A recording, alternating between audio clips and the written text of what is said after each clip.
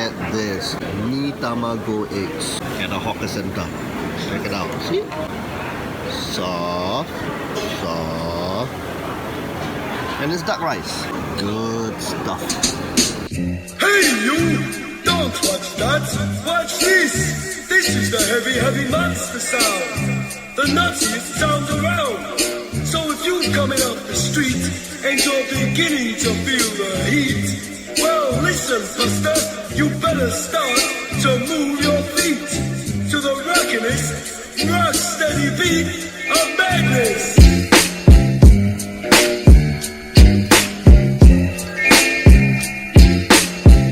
Hi, you're watching Gregsby Eats and we're here at East Coast Lagoon Food Village to try Kampong Rojak, which is right over there, as you can see. They've been around for about 20 years or so.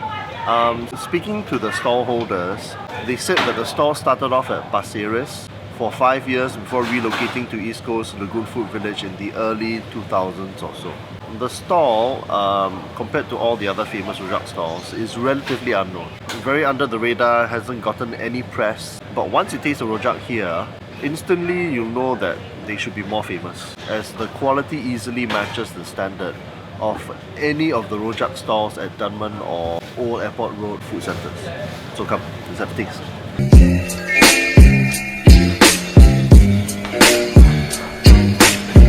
Hello. 一个 rojak， 还有一个cuttlefish century egg, one tau pok, and also extra 油条. Extra, you eat alone ah? Eat alone. Can finish or not? Can. Can ah? Can.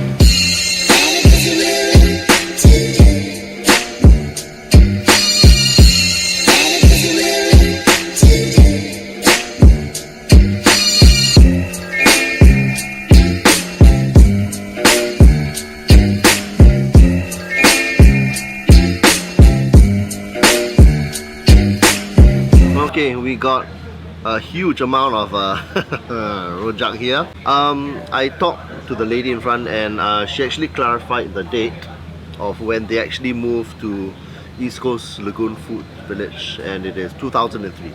So I got the basic rojak, plus I ordered extra youtiao, and I got the toasted cuttlefish and the century egg. Of course you have to order the century egg. And the grilled tau pok, and then the grilled tau pok comes with sauce at the side.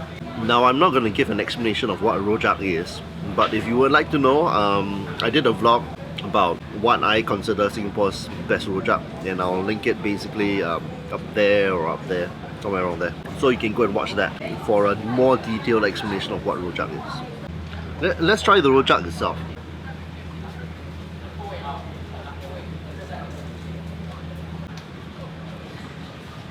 Oh my god. The rojak sauce is designed to give you a big burst of flavour. Extremely thick. It's slightly on the sweet side, but it's not too sweet. It's still manageable, and it's packed with a lot of deep flavour, thanks to the use of heko prawn paste from Penang. Now they don't actually go all the way to Penang to get it. They basically get it from a supplier who gets it from Penang. There's a taste of the ginger flower, but it's very, very faint. But it's probably because they use so much heko inside, so that it sort of like dominates the whole taste. A good thing or a bad thing, depending on what you want. So if you're a person who actually expects a lot more ginger flower flavour inside your rojak, right, you may want to skip the stall. There are toasted peanuts, and this is really interesting.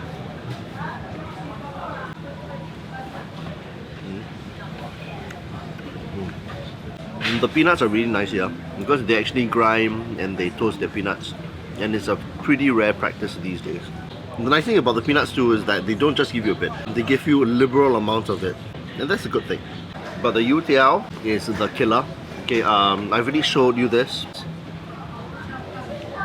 It's actually char grilled with charcoal before they actually serve it.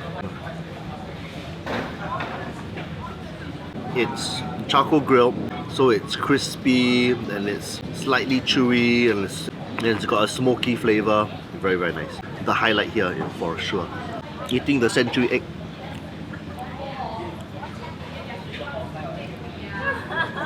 I already explained what century egg is, so I'll link it again. Up there, up there.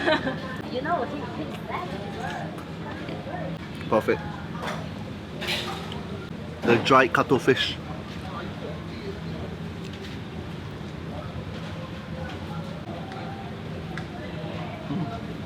Dried cuttlefish is serviceable. It still has a nice cuttlefish flavor, but it's not like a superior version of cuttlefish or anything like that. There's the tau pok.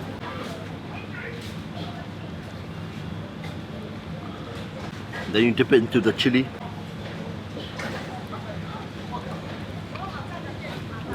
Oh. Vegetable crunch, tau pok crunch, sweet chili sauce flavor. A little bit like a packet chili sauce, but nicer than that. It's spicy as hell. Wow. And of course it's got the ground peanuts inside. It's a winning combination. Pineapple. Right, nicely sweet. Oh, very good. Oh, cucumber. Right, decently crunchy. Turnips. Oh, hang on. What's up? Chili spicy, so I need a big ass drink.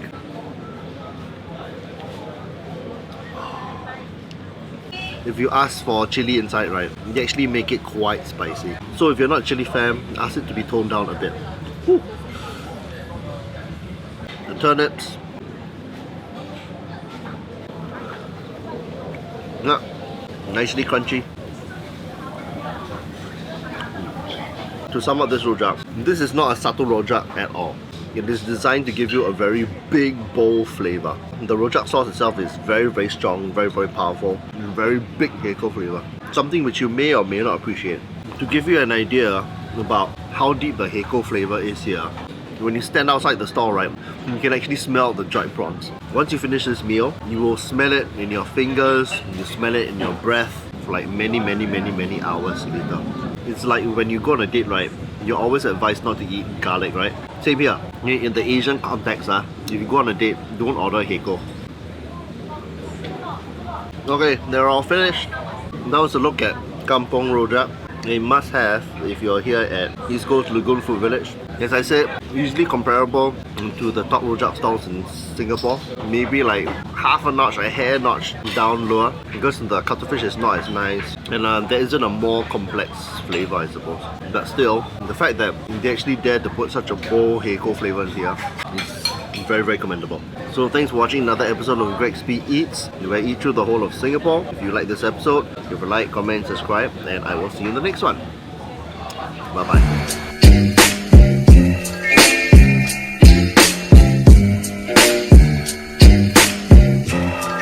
But that's probably